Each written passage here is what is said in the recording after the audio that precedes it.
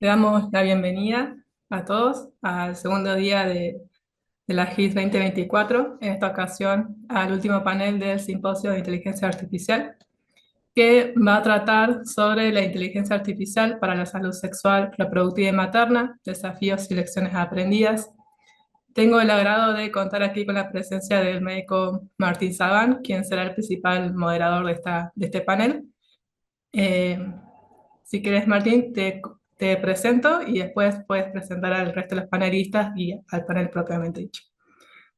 Martín Sabán es médico pediatra e investigador en el Centro de Implementación e Innovación en Política de Salud del Instituto de Efectividad Clínica y Sanitaria, diplomado en Telesalud y Redes, próximo a recibir su título de magíster en Efectividad Clínica y Sanitaria. Martín ha desarrollado una sólida trayectoria en salud digital e inteligencia artificial responsable. Forma parte del subcomité de tecnologías de información y comunicación de la Sociedad Argentina de Pediatría y participa del Centro de Inteligencia Artificial y Salud para América Latina y el Caribe. Bueno, te cedo la palabra, Martín, y también recordar que a la audiencia cualquier pregunta que tengan la pueden dejar en el chat a lo largo de la charla. Muchas gracias.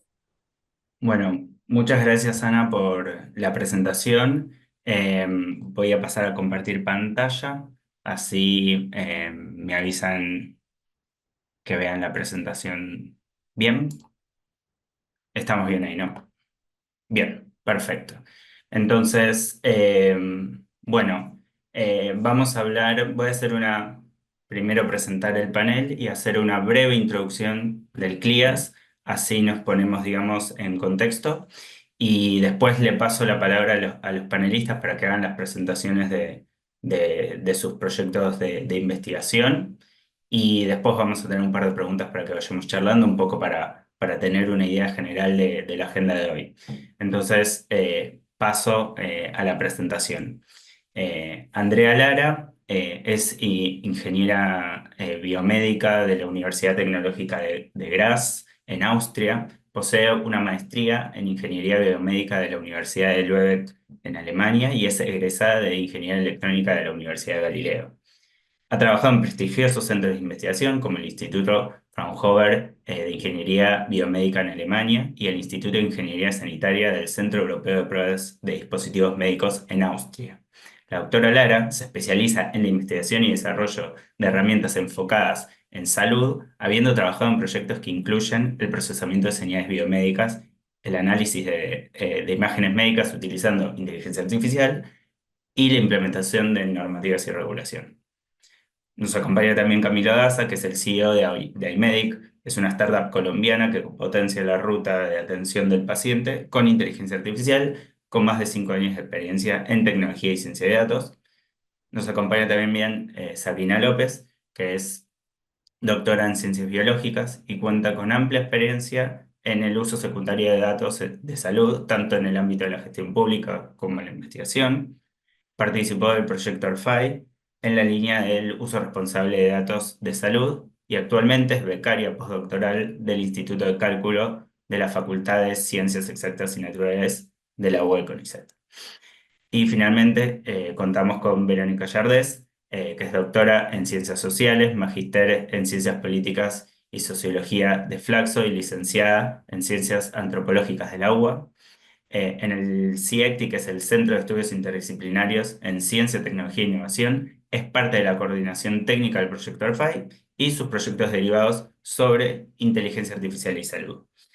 Eh, Así que luego de esta presentación, les cuento un poco sobre el CLIAS y qué es lo que hacemos desde el CLIAS. Este, mm, Esta diapositiva me gusta porque simplifica todo lo que hacemos en el CLIAS. El objetivo del Centro de Inteligencia Artificial para la Salud es apoyar técnica y financieramente a proyectos que contribuyen al despliegue de inteligencia artificial responsable, que después vamos a hablar un poquito más qué es inteligencia artificial responsable para nosotros, eh, que mejora la salud sexual reproductiva y materna, que también después les voy a contar por qué salud sexual reproductiva y materna. Y que trabaja, y proyectos que trabajan particularmente en poblaciones vulnerables, entendiéndolas como mujeres adolescentes, migrantes, afrodescendientes, personas de la comunidad LGTBIQ+, personas con discapacidades y aquellas personas que se encuentran en situaciones de pobreza. El CLIAS tiene cuatro ejes, digamos, de trabajo. Uno que tiene que ver con la investigación, la innovación y la documentación. Generamos muchos documentos técnicos que lo van a poder encontrar en nuestra página de internet. Hacemos investigación en implementación de estos proyectos de inteligencia artificial. Generamos conocimiento no solamente a través de los documentos, sino a través de talleres en los cuales han participado nuestros panelistas el día de hoy. Y nos centramos también en pensar de qué manera estos proyectos se pueden implementar en el contexto sanitario y que puedan ser después potencialmente escalables. Y un trabajo muy fuerte que hacemos es en la comunidad de prácticas, generar una comunidad en donde compartamos los usos, las prácticas y las buenas prácticas para mejorar a nivel regional el desarrollo de la inteligencia artificial responsable. Así que, un poco, ¿qué quiere decir esto de inteligencia artificial responsable? Nos basamos en las recomendaciones de la OCDE y cuando hablamos de inteligencia artificial responsable hablamos de desarrollos centrados en el humano, que sean transparentes, que sean aplicables, que sean sólidos en cuanto a la seguridad y protección de los datos.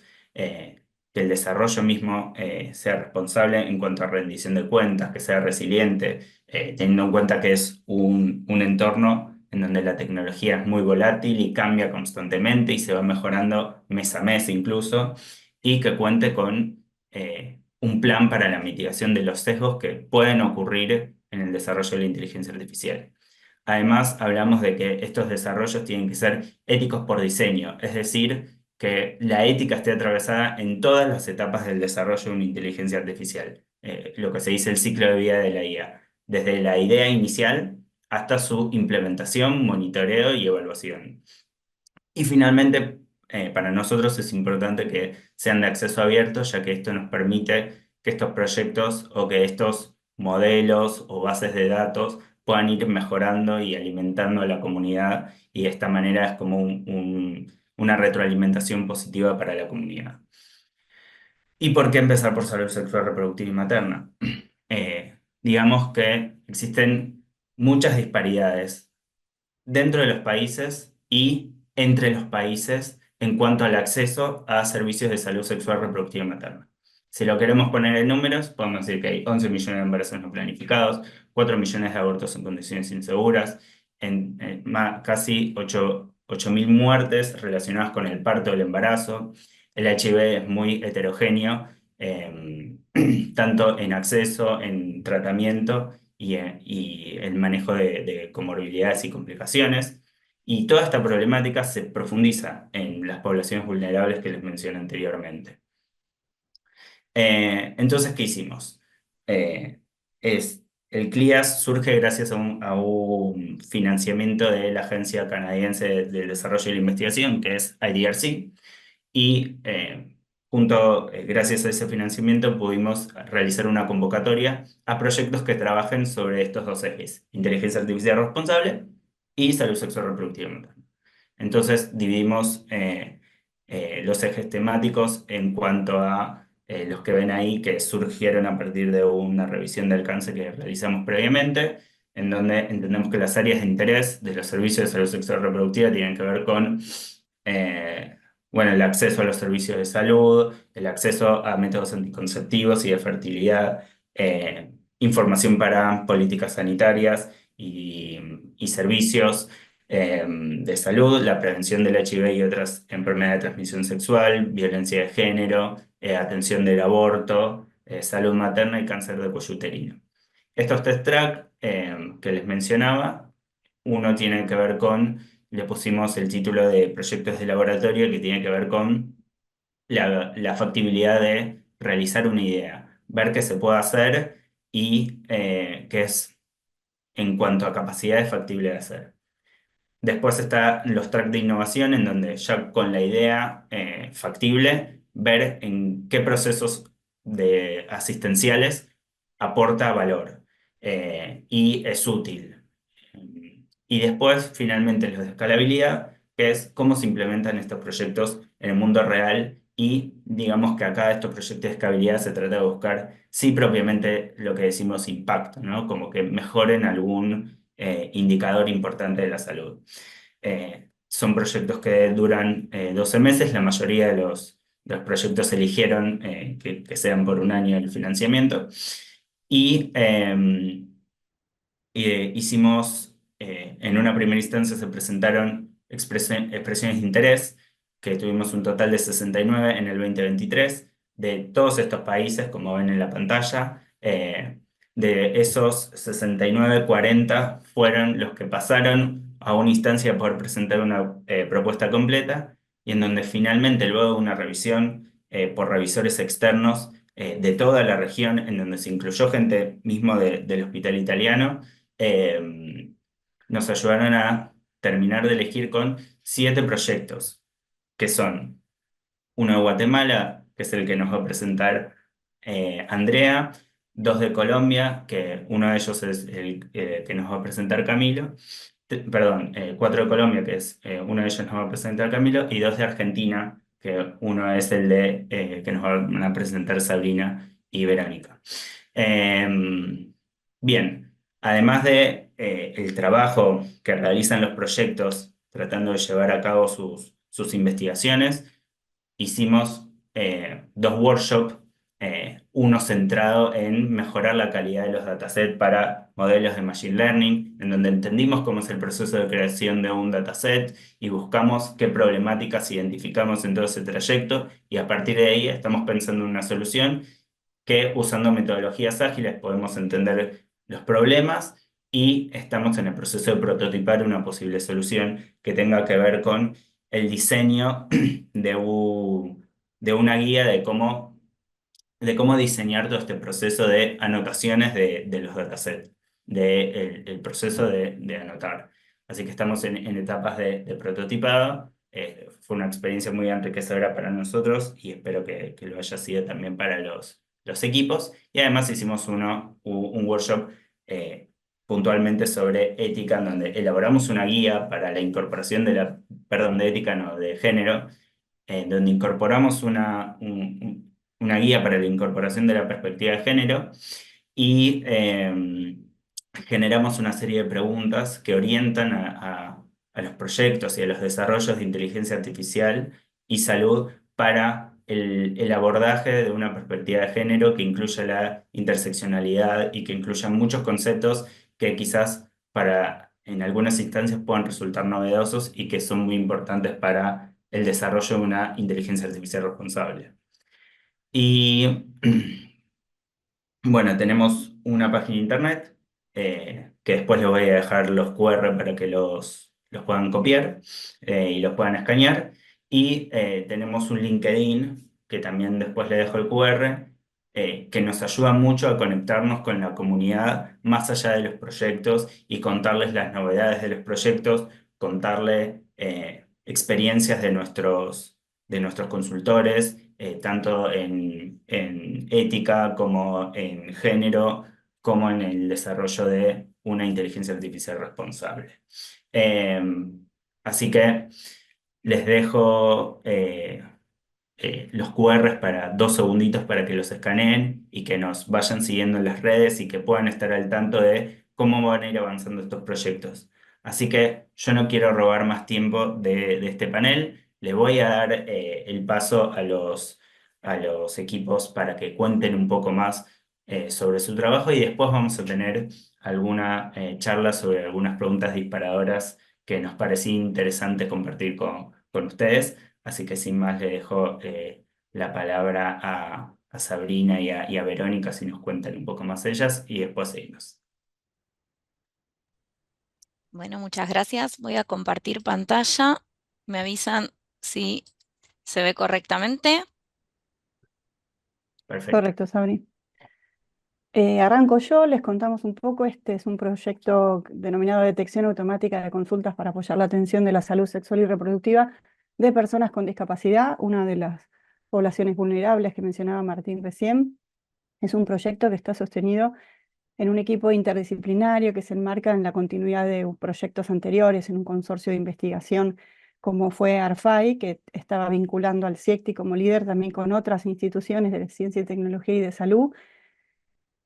Trabajó este consorcio ARFAI en el marco de la pandemia identificando el potencial de datos electrónicos de salud para responder a la gestión, para ayudar a la gestión epidemiológica en ese momento con herramientas de inteligencia artificial en distintos proyectos que por ahí andan sus presentaciones también circulando, y actualmente hay una comunidad de práctica, una comunidad de investigadores e investigadoras que mantienen viva esa comunidad y que sigue activo como proyecto y marco para otros tipos de proyectos relacionados con datos de salud y con cuestiones como estas, como es esta convocatoria 2023 y también la 2024, donde otro grupo de investigadores del proyecto ARPAI presentaron un proyecto y tuvieron la suerte también de ser seleccionados. La próxima, Sabri. Partimos aquí de dos supuestos. Uno es que las consultas de salud sexual y reproductiva de personas con discapacidad están subrepresentadas en los registros clínicos electrónicos de salud y que a través de prácticas sí, estrategias de procesamiento del lenguaje natural, técnicas y otros sistemas expertos, las podemos reconocer, ¿sí? Ese es uno de el primer supuesto, pero ¿para qué decimos, para qué las queremos reconocer? Y porque tenemos este segundo supuesto que es detectándolas, podríamos mejorar el diseño de estas políticas públicas orientadas a la población vulnerable que mencionábamos, las personas con discapacidad, asignar recursos de manera más específica, mejorar la gestión de la atención en los propios consultorios, brindar insumos que puedan ayudar también a ser usados, y esto creo que es el aporte principal para desarrollar aplicativos posibles y que y se impacten o que se incrusten, digamos, o que se integren, sería la palabra justa, en historias clínicas electrónicas. La idea de esto es, el propósito general, digamos, en definitiva es eso, ¿no? Mejorar la atención de la salud sexual y o reproductiva de las personas con discapacidad. Este es un proyecto de laboratorio, así que estamos en ese primer paso de encontrar lo que decía Martínez, se puede hacer, es potencialmente posible el uso de estos datos electrónicos de salud para estas identificaciones y a partir de ahí poder hacer estas implementaciones. La siguiente, Sabri. Y entonces el objetivo de nuestro proyecto es desarrollar ese sistema de detección automática de consultas de las dos dimensiones, la salud sexual y reproductiva y las personas con discapacidad, como insumo, como decíamos recién, para el desarrollo de estadísticas, por un lado, en esto de la escasez de estadísticas, y también estas potenciales aplicaciones de alerta y recomendación. Y aquí pusimos algunos ejemplos como para que se entienda mejor el potencial de este primer paso de identificación de detección, que es, por un lado, mejorar esa información que hay disponible y que podría implementarse en términos de elaboración de reportes, tableros y estas cuestiones de seguimiento respecto de la micro y mesogestión de la salud. Y por otro lado, algo que es bien interesante, me parece por ahí, porque soy antropóloga, es la parte que más me parece interesante, y es que se puede preparar mejor la consulta, ¿no? Podemos pensar en las necesidades de las personas con discapacidad antes de que reciban esa atención y, por ejemplo, ampliar la duración de la consulta, estar seguros de la disponibilidad de apoyos que estén, justamente que estén disponibles los apoyos necesarios para esa persona en particular, que existan esos materiales adaptados para la difusión de cuestiones de salud sexual y reproductiva que puedan efectivamente llegar a esa población, ¿no? De manera que pueda mejorarse la experiencia en la consulta, incluso hacerla funcionar, ¿no? Porque los relevamientos que tuvimos nosotros dieron cuenta de muchas consultas fallidas, digamos. Y por último, generar recomendaciones que más van en el orden del personal de salud, ¿no? De respecto a la atención a personas con discapacidad y los derechos que le asisten. Esto es algo que surgió durante el proyecto también y que está relacionado con la preparación de ese personal de salud, además de con que ese personal de salud pudiera ofrecer información de sus propios derechos a, por ejemplo, personas con discapacidad que se acercan a las consultas de salud sexual y reproductiva. Sabri. Bueno, y les queríamos contar brevemente para conseguir nuestro propósito, las actividades que nos planteamos y en qué estado estamos. Principalmente necesitamos construir definiciones, tanto conceptuales como operativas, a la hora de ir a detectar estas consultas de las personas con discapacidad y sobre salud sexual y reproductiva. Para eso, como Verónica mencionó, tenemos un equipo multidisciplinario y además consultamos a personas expertas en ambas temáticas. Obviamente consultamos la bibliografía académica, pero bueno, es una intersección que discapacidad, salud sexual y reproductiva, registros electrónicos de salud en español es muy limitada. Em, Parte de nuestra visión sobre el proyecto implica que en todos los procesos que sea posible involucrar organizaciones de la sociedad civil y personas con discapacidad y obviamente por el tipo de proyecto que tenemos, nuestra fuente de información son los datos de registro de atención. Para poder generar estas herramientas de inteligencia artificial, desde ya que necesitamos datos anotados para poder entrenar, validar y evaluar a los modelos que desarrollemos. Esos datos con los que trabajamos nosotros provienen de registros de centros primarios de salud del sistema público de la provincia de La Rioja en Argentina.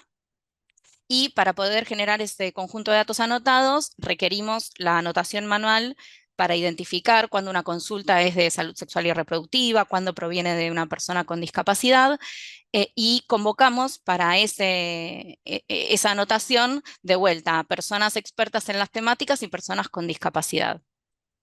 Como para que se den una idea, traemos unos ejemplos del tipo de datos con los que contamos. Refieren a datos como la edad de la persona que consulta, cuál es la especialidad del personal de salud que está atendiendo, y un texto que puede ser de la atención o de una práctica realizada, donde por ejemplo, en el primer caso, una de las dificultades es paciente que refiere a algún grado de sordera. Eso no es una discapacidad. Bueno, esos son el tipo de preguntas que nos hicimos durante la definición conceptual y operativa de nuestros dominios de discapacidad y salud sexual y que después obviamente se encontraron las personas que anotaban durante el proceso de anotación y teníamos que revisar en cada iteración. Y lo mismo para salud sexual y reproductiva, aunque probablemente esto surja después en la charla, pero la definición, digamos, de discapacidad es mucho más compleja y multidimensional quizás que la de la salud sexual y reproductiva, que no tiene, tampoco, no es que sea simple, quiero decir, pero al menos hay un modelo biomédico que la acompaña y del cual hay mucho más desarrollo, obviamente. Y bueno, para finalizar, que es en el modelo, perdón, en la etapa en la que nos encontramos actualmente, porque también como comentó Martín, lo crítico del proceso de anotación es que se pudo prolongar bastante debido a estas cuestiones que fueron surgiendo. Entonces ahora lo que estamos haciendo es trabajando en el desarrollo de los modelos, probando distintos modelos. Nuestra idea es comparar cómo performan esos modelos entrenados a partir de los datos, a partir de un conjunto de reglas manuales. ¿Necesitamos inteligencia artificial o con una serie de condicionales igual podemos detectar estas consultas? Sería un poco la pregunta detrás de esta comparación. Y obviamente eligiendo finalmente cuál es el mejor modelo para el objetivo que nos proponemos, analizar los sesgos que pueda estar teniendo, porque como ya sabemos, partimos de datos sesgados, en el proceso de anotación podemos estar reforzando sesgos y después está el propio sesgo que tenga artificialmente la herramienta. Así que estamos muy atentas también en esta etapa a esa cuestión. Y eso es la presentación de nuestro proyecto. Muchas gracias. Excelente, muchas gracias, Sabri Vero. Vamos a tomar después eso de la construcción de estos datasets y de todo su proceso para charlarlo entre todos, pero primero vamos a seguir con las presentaciones. Camilo, si querés abrir micrófono y contarnos sobre cómo avanzaron en la Universidad de Colombia y AUMED. Claro que sí. Primero que todo, muy buenos días. Saludes desde Colombia. Permítame, yo comparto pantalla y me confirman si ya la están visualizando.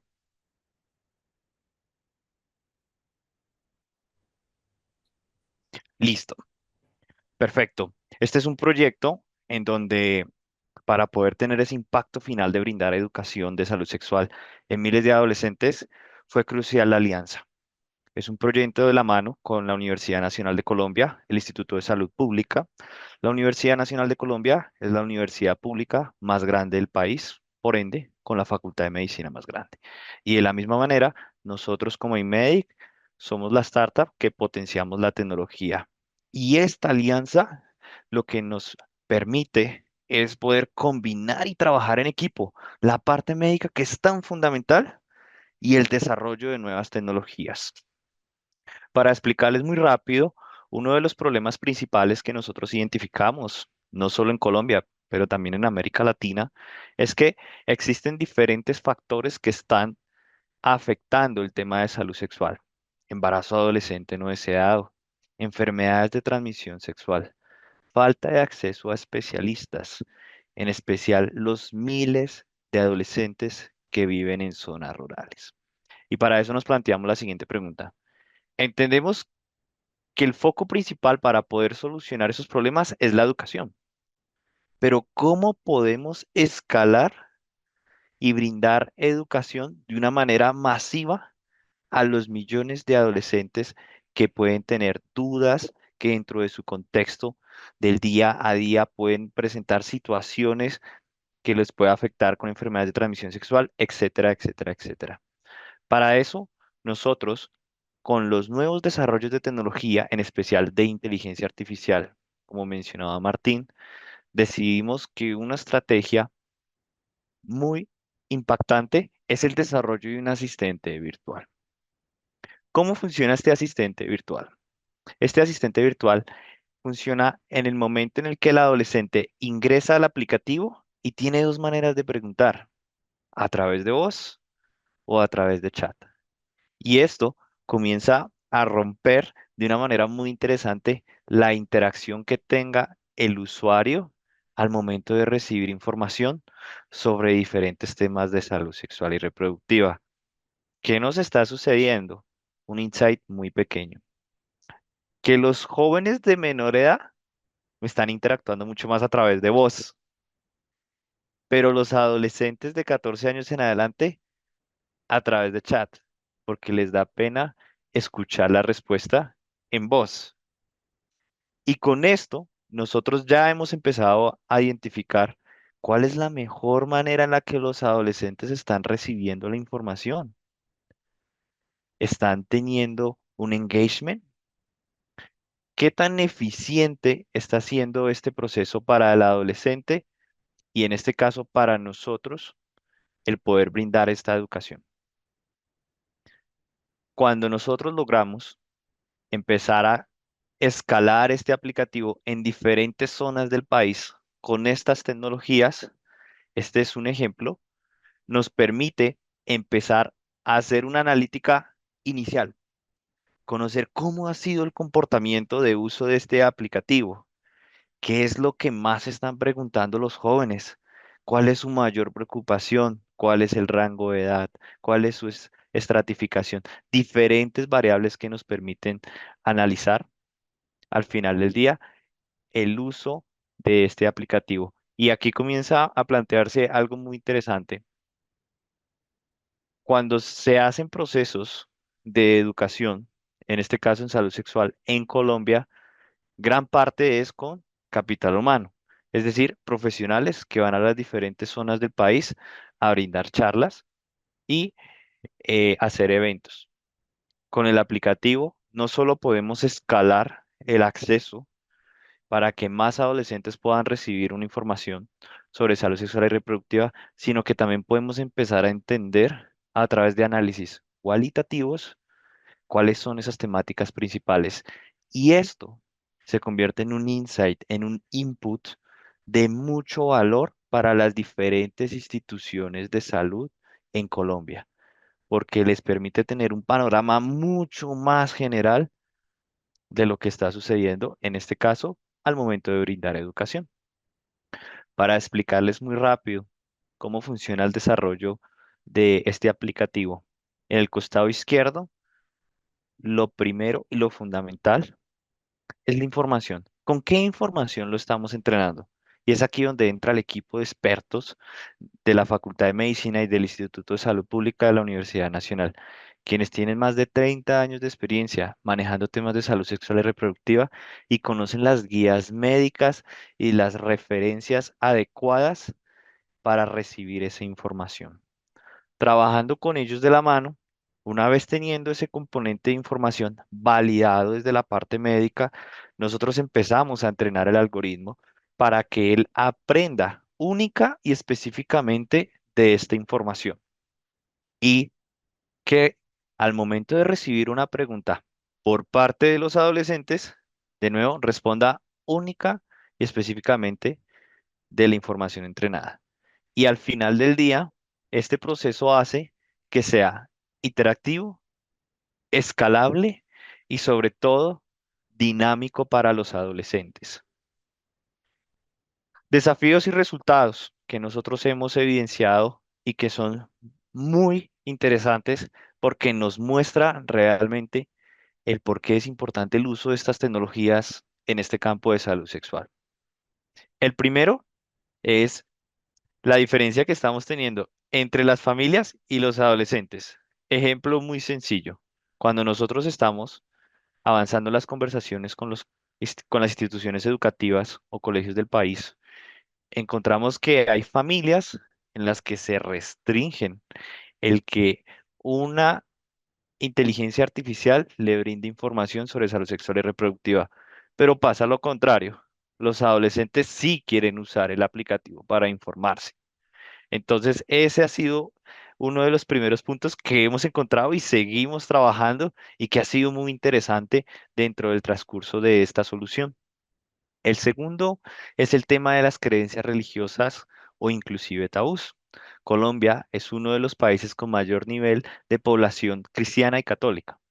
Y este tipo de información y educación al inicio puede generar alerta y es también lo que hace parte, pues, de nuestra propuesta de valor, que la manera en la que está respondiendo el aplicativo es con base médica, no tiene sesgos religiosos, no tiene ningún otro tipo de creencia, única y específicamente está respondiendo de acuerdo a la fuente médica validada con anterioridad. Y finalmente, ¿cómo controlamos que el aplicativo dé la respuesta certera sobre salud sexual y reproductiva? Y nos tocó empezar a desarrollar unas nuevas tecnologías que se llaman supervisores de inteligencia artificial. ¿Cómo funciona? Camilo ingresa al aplicativo y pregunta qué es VIH. El algoritmo coge la pregunta, buscan las fuentes de información que son las guías médicas y antes de mandar la respuesta aparece otro algoritmo que está ya previamente entrenado para que sea súper estricto en verificar que la respuesta no tenga sesgos, que la respuesta no tenga ningún otro tipo de falencia al momento de responder sobre, en este caso, VIH. Y una vez el supervisor dice, check, me parece adecuado, ahí sí brindamos la respuesta final. Y esto es muy interesante por, como mencionaba Martín, ya para acabar la presentación, en inteligencia artificial, el desarrollo inadecuado puede presentar múltiples problemas. Ejemplo muy sencillo. Si ingresamos a ChatGPT y le preguntamos qué es VIH, ¿de dónde aprendió esa información? ¿Está validada previamente por la parte médica? ¿Me está respondiendo con sesgo? Y todo este tipo de cosas es lo que hace que al final del día, este tipo de soluciones que seguimos trabajando, que seguimos avanzando, permitan mejorar un poco más la educación de miles de jóvenes en el país, en este caso de zonas rurales, y al final del día ayudar con los problemas de salud sexual y reproductiva en Colombia. Muchas gracias. Buenísimo la presentación, muy buena, Camilo, muchas gracias. Eh, También toca otra pregunta que vamos a avanzar más adelante. Le paso la palabra a Andrea para que abra el micrófono y haga su presentación y al final vamos a hablar un poco de esto con más detalle. Mm, Bueno, buenos días. ¿Sí se ve bien la pantalla? Sí, ok, gracias. Buenos días a todos, mucho gusto. Mi nombre es Andrea Lara, yo soy de Guatemala y pues yo les voy a presentar el proyecto. Este es un proyecto de laboratorio titulado Natalia y pues comencemos. Entonces, para darles un poquito de contexto de la necesidad de por qué esta herramienta, acá yo les traigo unas estadísticas, unos cuantos datos desde hace 2 años Y es que, bueno, primero resaltar que en Guatemala, específicamente en las áreas rurales, perdón, existe una alta necesidad de herramientas que permitan mejorar o realmente brindar acceso a todos los procedimientos prenatales que se deberían de dar de forma rutinaria, como por ejemplo estudios de ultrasonido para poder ahí sí que hacer una detección temprana de ahí sí que diferentes condiciones que puedan afectar tanto a la madre como al feto. Ahora, ¿qué sucede?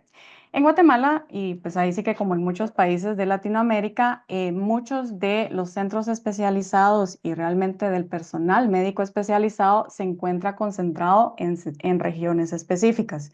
En nuestro caso, pues es en Ciudad de Guatemala. Y pues aquí está marcado. Entonces, ¿qué sucede? Si nosotros estamos en un área rural, tenemos que ahí sí que trasladarnos, movernos a Ciudad de Guatemala, que pues ahí sí que por las condiciones de carretera, económicas, etcétera, pues no es tan fácil, ¿sí? Y si nosotros queremos tener este seguimiento de forma pues adecuada, pues definitivamente no es algo tan fácil para todas aquellas personas que se encuentran fuera del área.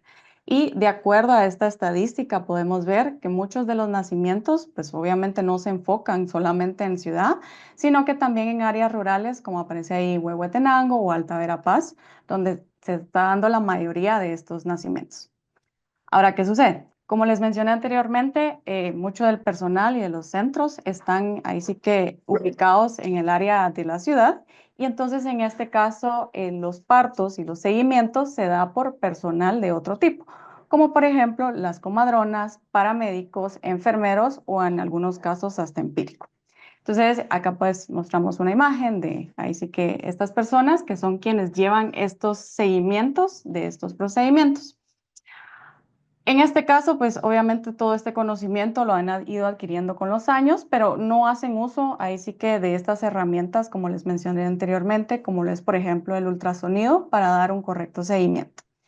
Entonces, lo que nosotros proponemos con nuestra herramienta, que es Natalia, es ahí sí que tratar de acercar ahí sí que esas tecnologías a estos proveedores primarios de salud, ¿sí?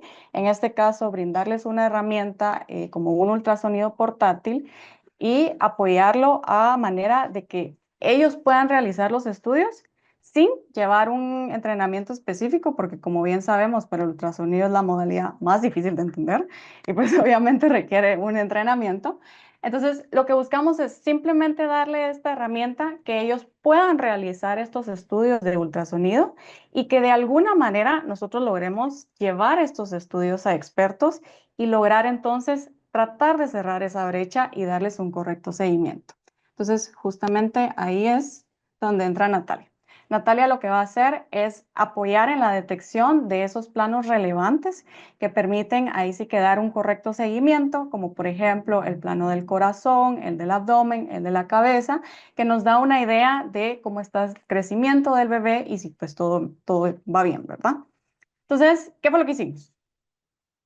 Lo que propusimos fue hacer, en este caso, una herramienta de inteligencia artificial. Bueno, la pregunta realmente es, ¿se puede con una herramienta de inteligencia artificial detectar planos relevantes de un bebé o de un feto específicamente sin tener conocimiento alguno de ultrasonido? Es decir, simplemente realizando barridos que puedan ser fácilmente replicables, como los que mostramos aquí en la imagen, donde yo le digo, en este caso, a la partera, a la comadrona, usted simplemente pase el ultrasonido siguiendo estas líneas y con esto va a capturar un video, ¿sí? Entonces, ahora la pregunta ¿es esta herramienta o se puede hacer una herramienta de inteligencia artificial que pueda simplemente tomando estos barridos hacer esa detección de planos?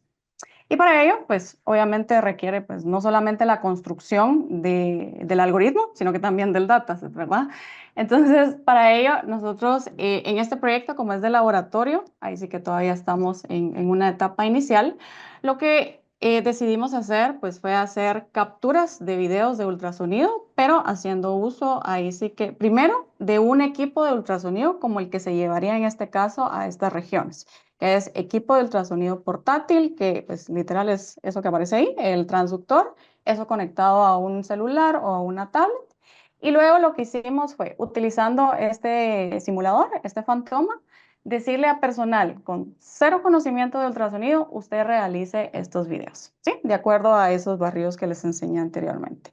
Y del lado derecho, pues tenemos un ejemplo de la imagen que pues se iba obteniendo. Entonces, para esto, pues construimos un dataset que está compuesto más o menos de 188 videos realizados por personal no entrenado en ultrasonido. Y luego, pues ya procedimos a la parte de etiquetado, que va a ser un tema interesante en el foro, es justamente con personal, en este caso, especialista, ¿verdad? Y ya para ir cerrando, más o menos así se ve la propuesta de la herramienta. Esta sería una herramienta en la nube, donde, por ejemplo, la partera o el profesional subiría el video, aquí sube el video, y ya la herramienta pues simplemente corre el algoritmo y presenta, por ejemplo, de este video, estos son los planos que yo encontré, como por ejemplo, estos que aparecen acá, con cierto grado de certeza. Entonces ya el médico especialista ya solo dice, bueno, estos dos son los que voy a descargar para hacer las mediciones y dar pues el correcto seguimiento. Y pues con eso termino. Muchas gracias. Bueno, muchísimas gracias a todos y a todas por sus presentaciones. Lo que quería destacar de este panel es que son proyectos que, digamos, su foco está en poblaciones diversas, como la población objetivo es diversa. Algunos son, el de Camilo, por ejemplo, se enfoca en adolescentes, Andrea en mujeres o personas embarazadas, y Verónica y Sabrina que se enfocan en personas con discapacidad. Por lo tanto, tenemos diversidad de poblaciones objetivos, diversidades de las tecnologías que queremos desarrollar, agentes conversacionales, procesamiento de texto para integrarlo después en alguna etapa del proceso asistencial y procesamiento de imágenes.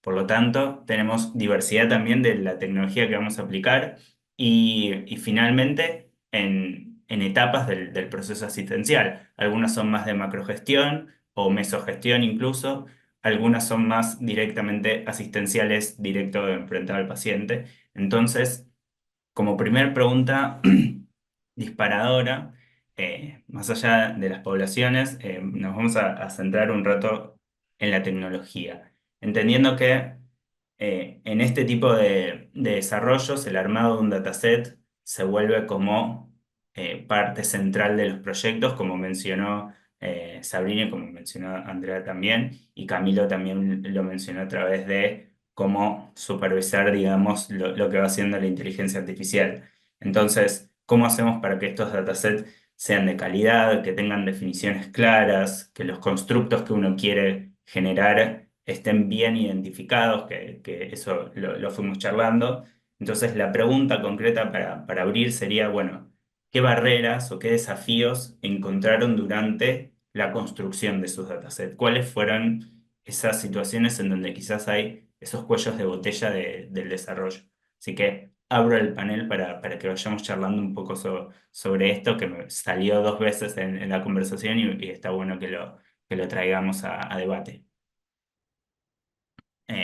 No sé si quieren comenzar Sabrina y Verónica y después vamos yendo por el resto. Bueno, nosotros encontramos varios desafíos que de paso paso el aviso de que en la videoteca pueden encontrar más información sobre esos desafíos y sobre el desarrollo de algunos de los conceptos que presentamos también en las jornadas. Pero hay uno, o yo me imagino que hay como dos categorías, uno que tiene que ver más con desde nuestro lado como investigadoras e investigadores, esto que vos decías, de definir bien el constructo y la parte más organizativa, ¿no? Digamos, de cuántos casos necesito, de qué tipo. Y después otro que tiene más que ver con la realidad, digamos. En nuestro caso, nosotros quisimos involucrar a personas expertas que no participan normalmente de procesos de anotación, y entonces ahí hay toda una barrera que tiene que ver con, aunque tuviéramos súper definidos un montón de cuestiones previamente, nos encontramos con las personas y sus dificultades.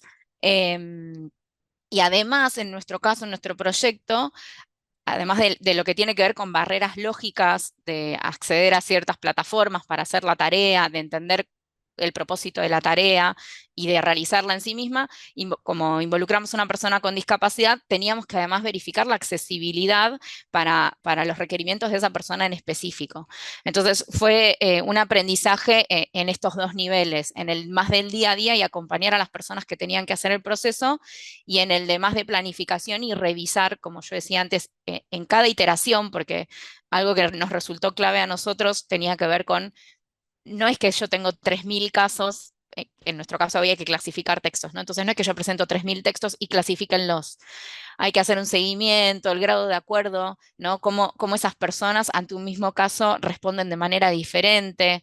Esas son algunas de las cosas que nos encontramos en nuestro proyecto.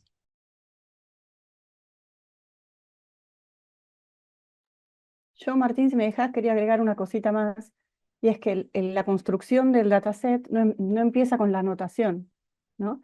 Empieza mucho antes en la construcción conceptual y en la operacionalización de esa conceptualización, que tiene una dimensión subjetiva fuerte, que hay que involucrar a las comunidades o a las poblaciones a las que les estás dirigiendo la herramienta, y eso es un desafío también fuerte, digamos. Es como toda la construcción de los datos nunca es solo de datos. Los datos no son datos, son cosas que les pasan a las personas que están registradas de alguna manera. Y entonces, involucrar a las personas. Trabajar con personas es un problema, podemos decir. Y eso es bueno para los proyectos, pero es complicado, y ese creo que es un verdadero desafío. Sí, quizás está en ese balance entre la discrecionalidad del experto, de la persona que va a anotar, y cuán detallado quiere uno que sea la anotación de ese dato. Entonces ahí hay un balance que es difícil de generar, porque si es muy detallado, entonces bueno, lo puede hacer una inteligencia artificial también. Te digo cuáles son las reglas, así se define una persona con discapacidad, o necesito a los expertos y a las personas con discapacidad que nos digan, bueno, estas son las definiciones, y que esté esa discrecionalidad y ese mínimo desacuerdo o acuerdo para que sea más enriquecedor el proceso de anotación. Andrea, no sé si vos querías comentar algo más de Sí, sí. experiencia con En, imágenes, además.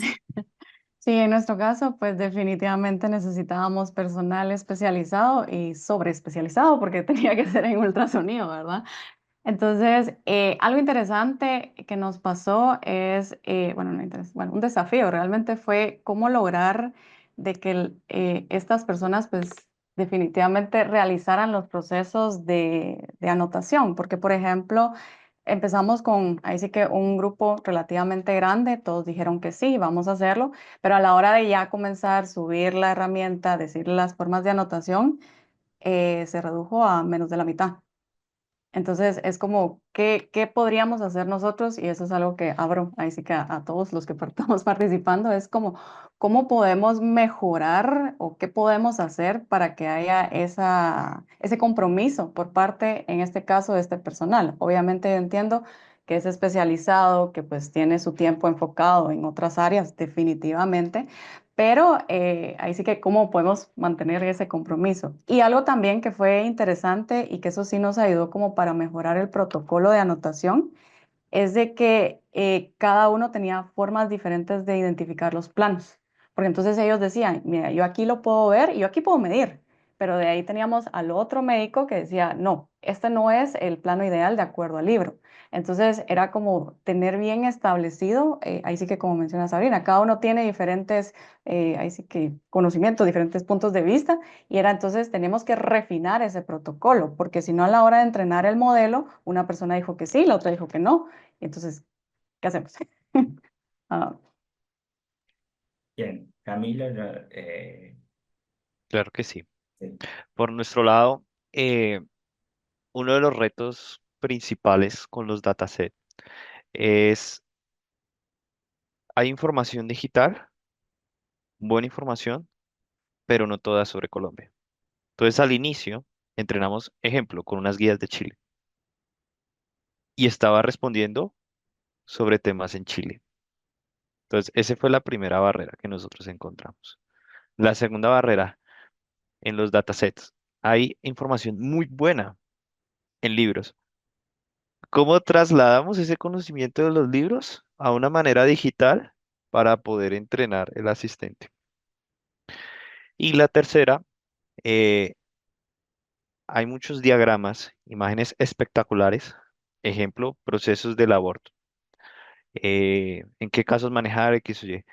¿Cómo trasladamos esa imagen para que se vuelva un input o un dataset para poder entrenar el algoritmo? Esos retos, como todos han mencionado, los hemos identificado en el camino, porque al inicio cuando planteábamos el proyecto se pensaba, no, pues dame 3 PDFs y ya te lo tengo al 100%. No. Entonces, ha sido muy interesante esos hallazgos porque muestran la importancia de también tener esa prevalidación de estas fuentes de información antes de entrenar y desplegar pues estas soluciones de tecnología al usuario final. Excelente, muy bueno. Muy bueno los aportes. Traigo un segundo algo que mencionó Andrea antes, que tiene que ver con que a veces los anotadores son expertos que tienen un conocimiento que es a veces difícil de conseguir y difícil también de conseguir al experto que pueda disponer el tiempo de una tarea que a veces es una tarea como tediosa, repetitiva y que tiene que ver con mantener, entre comillas, motivado al anotador no sé si ustedes ya pensaron, habían pensado alguna estrategia, se imaginaron que se iban a encontrar con estos problemas tanto en textos como en imágenes. No sé si quieren contar alguna experiencia sobre eso. Voy a empezar porque fue así reciente. Entonces, en nuestro caso, realmente, como tuvimos esta convocatoria, todo fue como, sí, sí, todo lo vamos a hacer. En un inicio, pues pensamos que no, o sea, todo iba a estar bien, o sea, todos estaban comprometidos.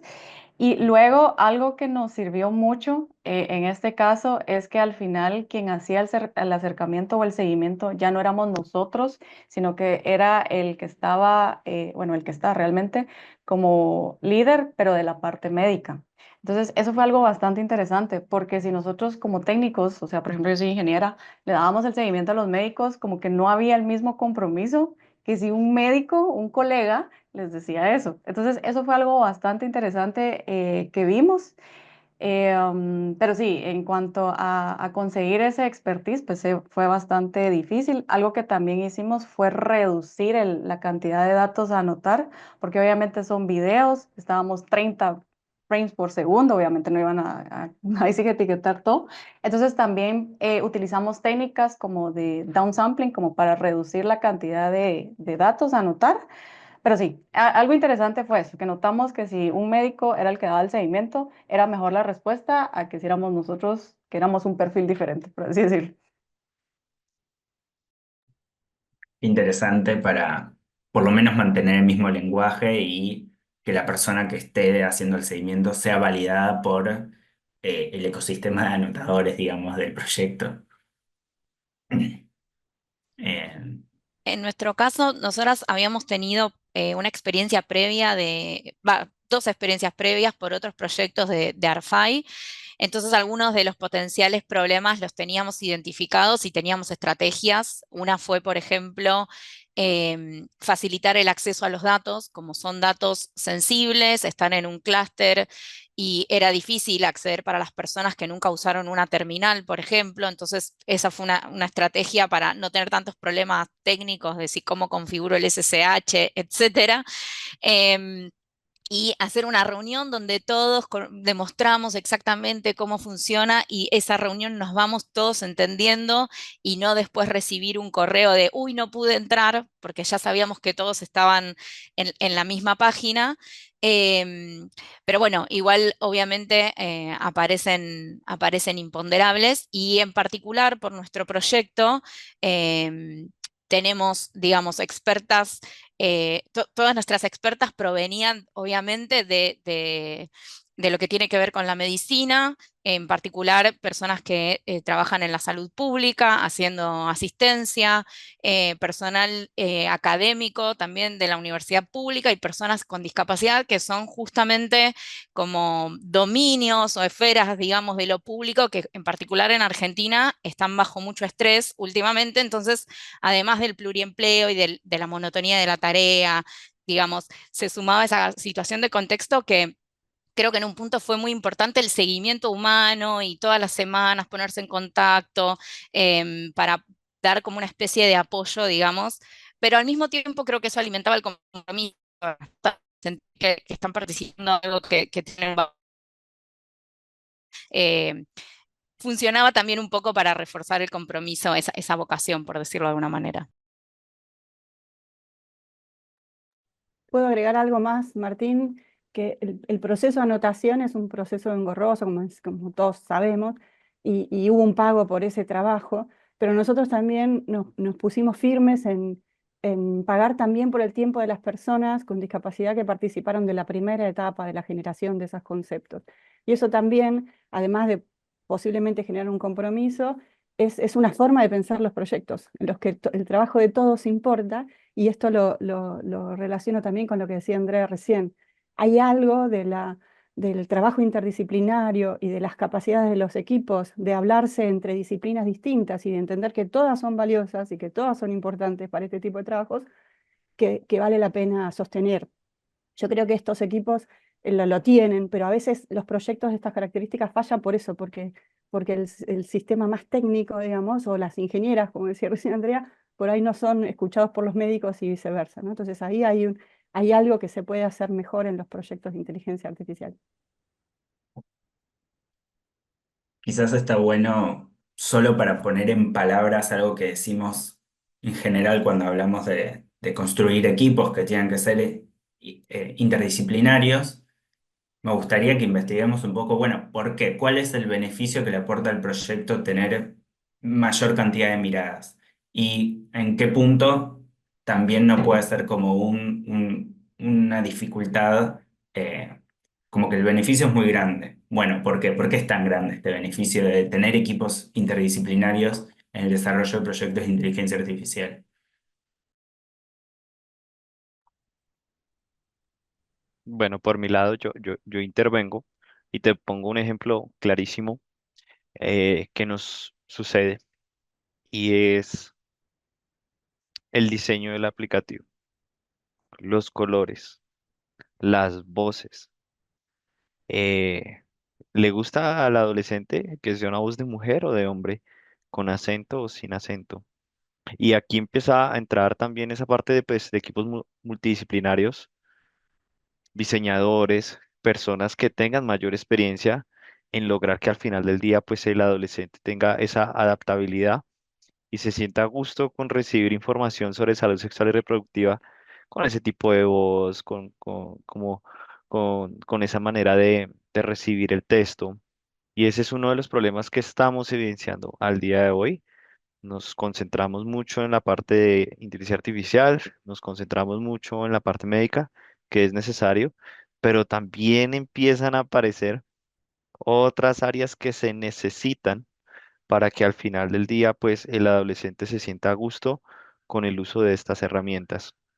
Entonces, por ahí empezaría. Y otro adicional que es importante, ya entrando más desde la parte eh, digamos que médica, es la manera en la cual está, digamos, en nuestra solución respondiendo. ¿Está bien que lleve una coma o que no lleve una coma? Desde el punto de vista de filosofía puede sonar distinto, pero desde la persona con experiencia en pediatría puede sonar diferente. Pero desde nosotros, desde la parte de IA, para nosotros está bien. Entonces, es súper importante esta parte de equipos multidisciplinarios para que al final del día, pues, estas soluciones puedan tener un mayor impacto y, y adherencia de los usuarios. Algo que recordé y que relaciona un poco lo de cómo mantener comprometidas a las personas que anotan y el valor de la multidisciplina. Nosotros, por ejemplo, para la clasificación de los textos que iban a pertenecer al conjunto de salud sexual y reproductiva, obviamente parte de las expertas eran médicas, pero otra persona era socióloga con estudios de política de géneros. Entonces, ahí había una diferencia, obviamente, de vocabulario, de lenguaje, y sin embargo fue muy interesante ver cómo en el grado de acuerdo una médica y la socióloga estaban más de acuerdo que con la otra médica, por ejemplo.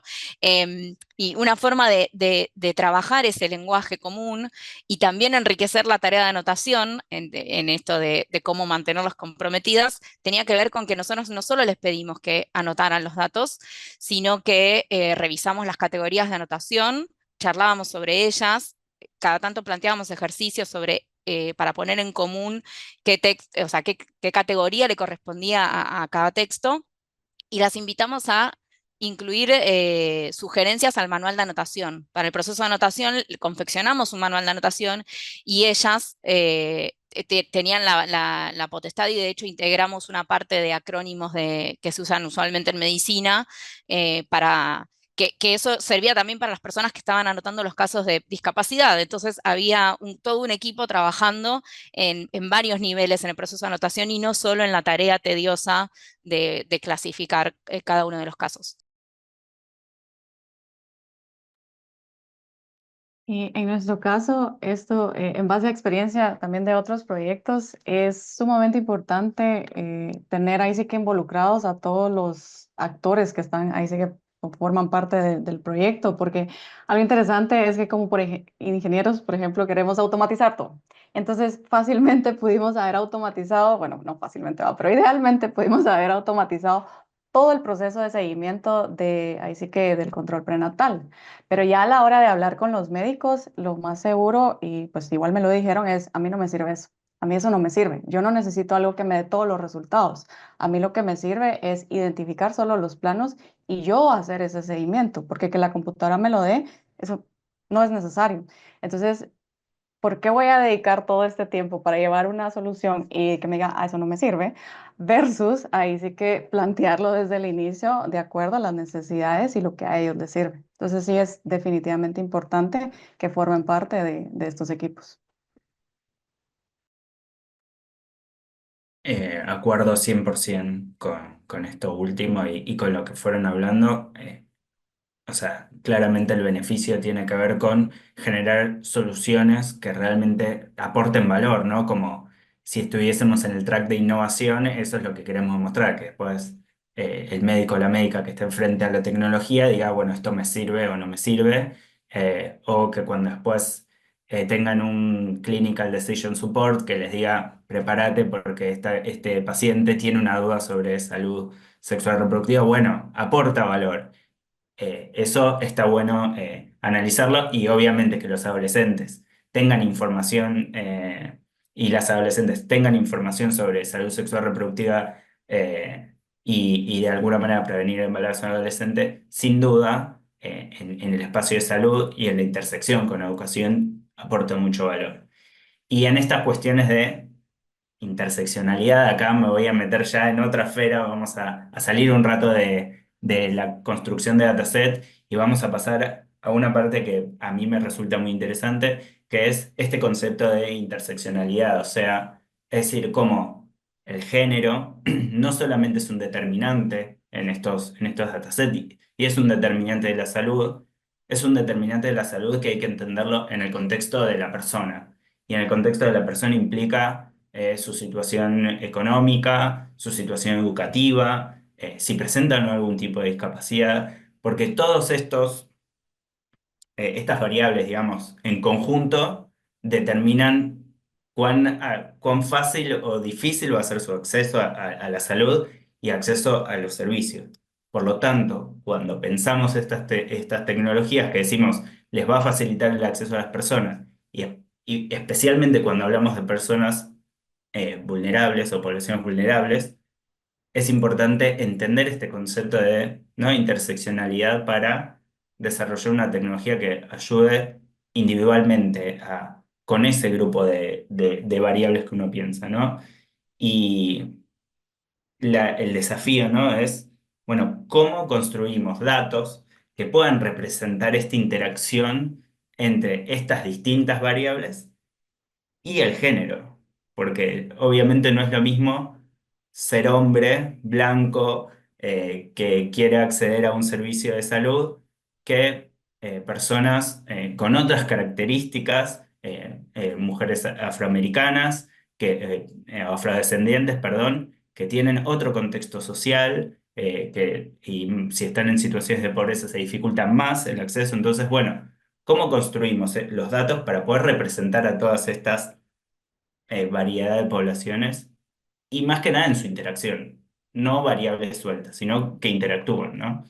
Eh, no sé si quieren comentar algo sobre eso y cómo lo pensaron en sus proyectos.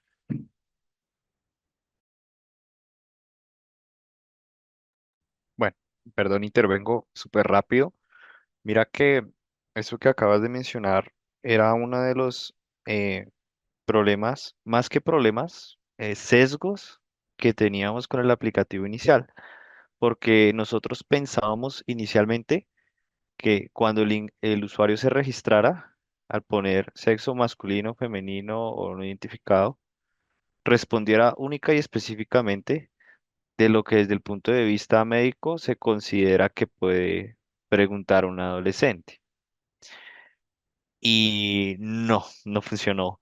Te pongo el ejemplo. Ingresa una persona y se registra sexo masculino, pero comienza a hacer preguntas sobre identidad de género.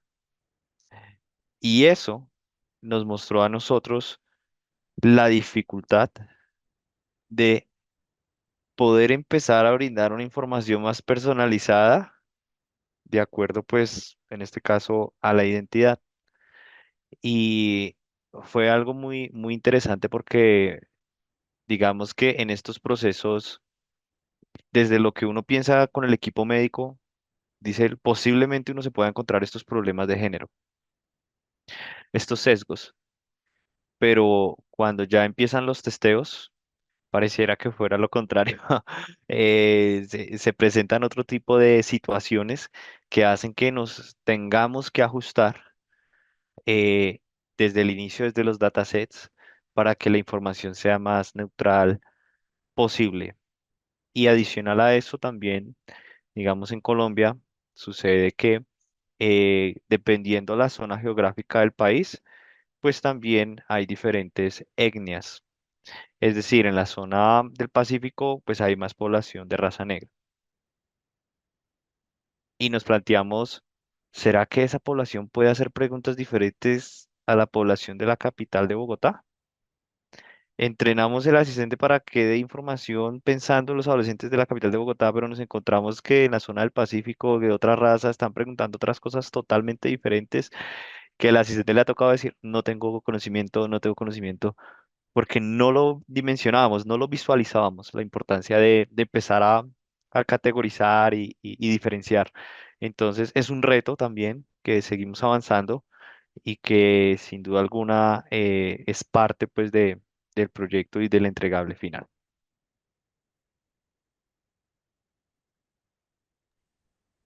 En nuestro caso, no lo mencioné en la presentación, pero también una de las barreras que existe de por qué no se da ese seguimiento con especialistas también tiene que ver por barreras culturales o de idioma. O sea, en Guatemala, muchas de las mujeres que se encuentran en áreas rurales, pues pertenecen ahí sí que a una población indígena y por diferentes razones, pues ahí sí que tal vez no quieren ser atendidas por un hombre, no quieren ser atendidas por un especialista o en este caso no quieren ser atendidas porque pues ahí sí que no hablan específicamente español, sino que ahí sí que la lengua de la región. Entonces, eso es algo que nosotros justamente pues queremos superar con esta herramienta, con Natalia.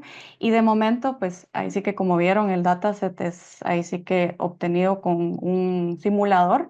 Pero en este caso lo que hicimos es que todos estos voluntarios no entrenados, sí tratamos de que abarcaran diferentes, ahí sí que poblaciones de Guatemala simplemente para ver qué tan abiertos son a utilizar estas herramientas, a utilizar, por ejemplo, este ultrasonido. Y lo bueno fue que tuvimos pues una aceptación bastante buena. Pero sí, es algo que nosotros estamos considerando pues para las siguientes etapas, pero en un inicio esto sí fue algo que pues definitivamente se pensó.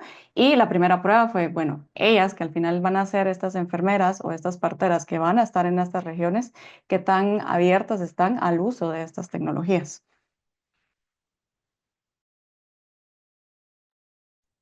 exactamente. Sabri y Vero quieren mencionar algo sobre este eje.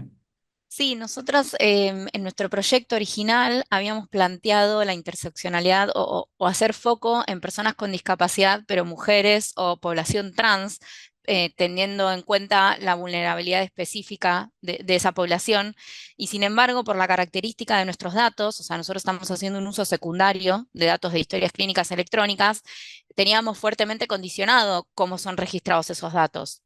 Entonces, rápidamente tuvimos que descartar la variable género, incluso hasta la variable sexo, teniendo en cuenta que quien registra esos datos es el personal administrativo, que había una variable que era trans y era dicotómica, pero no se entendía si decía trans sí y sexo mujer. Entonces, eso hizo que tuviéramos que descartar, digamos, ese enfoque y no tenemos forma de resolverlo, digamos, ¿no? Es una limitación que tiene esta prueba piloto, pero que va a tenerla cualquier desarrollo que se quiera hacer a partir de datos de historias clínicas electrónicas que no tengan bien organizada el registro de esto o de determinantes socioambientales.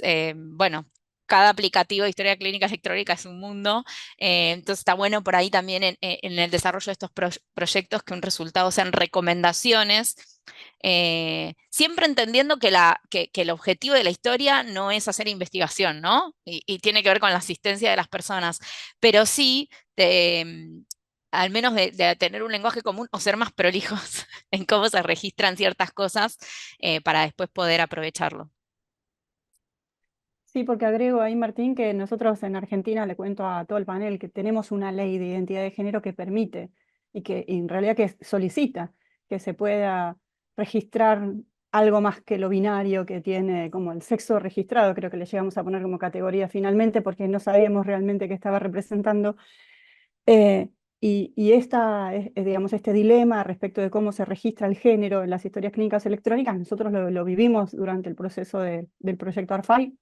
Hicimos de hecho, un escrito que después podemos compartir al respecto, e hicimos una recomendación para la historia de salud integrada, que era una de las historias clínicas electrónicas vinculadas al proyecto y qué sé yo, y así todo nunca va a ser efectivamente estable, porque el género es algo que es mucho más fluido y las categorías tienden a categorizar y estructurar, y entonces siempre va a estar en tensión esa categoría, digamos, ¿no? O sea, hablamos con especialistas sobre estos, algunos de los cuales están en el proyecto, de hecho, CLIAS 2024, la nueva convocatoria, y efectivamente distintos colectivos, distintas personas, distintos especialistas van a tener ideas distintas sobre cuáles son las categorías que hay que poner para identificar el género en una historia clínica, ¿no?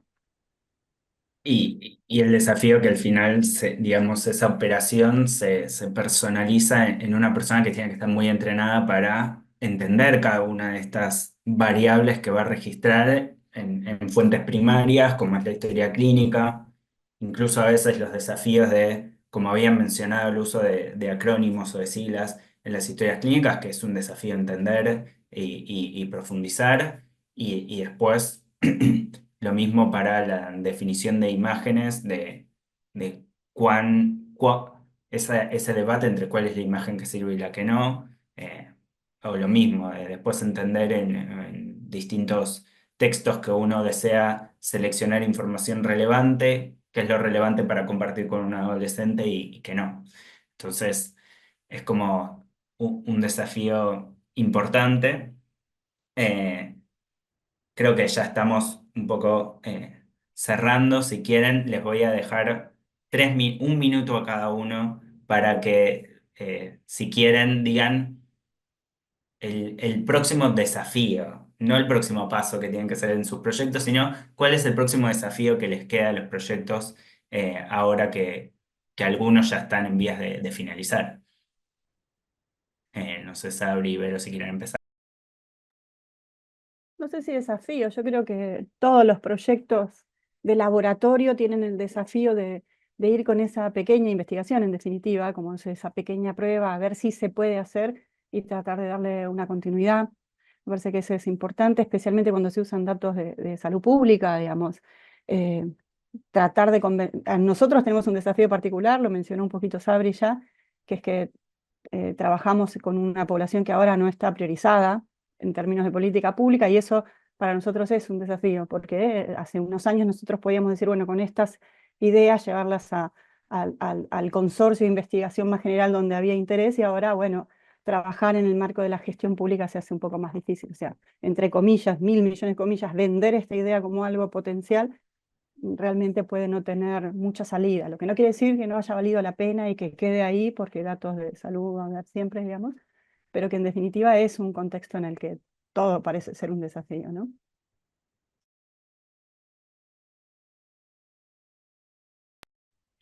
Andrea, acá, si querés contarnos tu próximo desafío.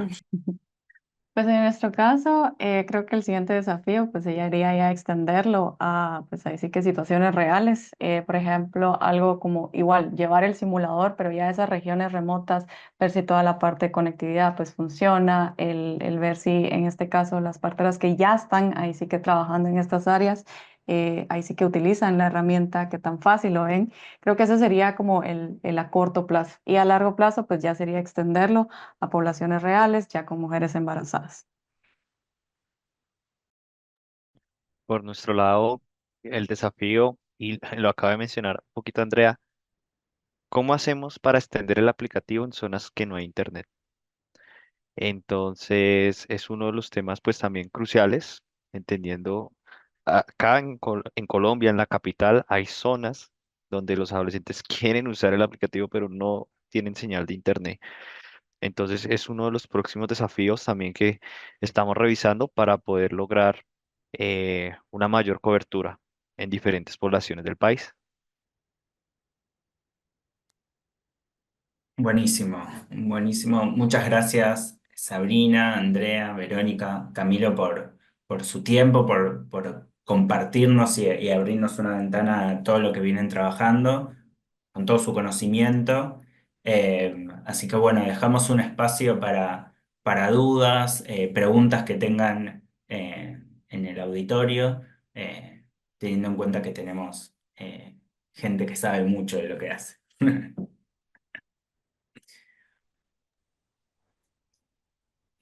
Sí, bueno, muchas gracias por la presentación. La verdad estuvo muy buena toda la discusión que se armó. Sí, repito lo que dijo Martín, pueden dejar sus preguntas en el chat. Por ahora no hay, pero bueno, no me queda más que agradecerles por el tiempo y bueno, y seguro que seguiremos en contacto. Esperamos unos minutos y si no, damos por finalizada la sesión. Dale, genial.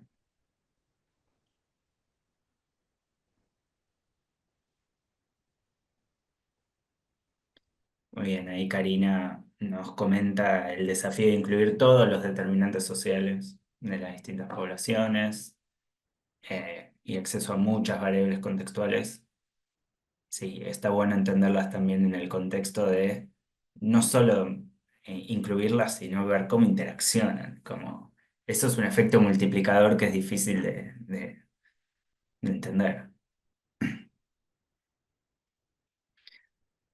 Bueno, muchas gracias por los comentarios de Fernanda y de Federico.